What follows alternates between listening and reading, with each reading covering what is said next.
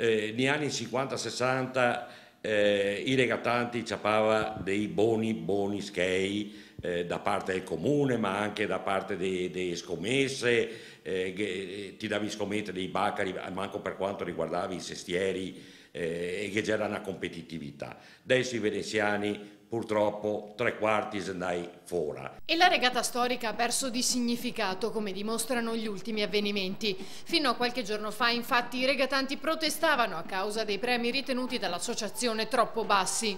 Sti poveri disgraziai dei regattanti che si allena 9 mesi l'anno, spua sangue nell'ultima regata per 4 chilometri, cosa ti vuol darghe? 1.000 euro che non costa neanche una forca. Forse anche per questo, dopo 4 ore di incontro con Brugnaro, è arrivato un accordo. Il sindaco infatti ha dichiarato di voler porre le basi per una futura collaborazione tra comune e associazioni regatanti, promettendo che i fondi potranno recuperarli direttamente loro. Brugnaro si ritrova con le casse completamente vuote.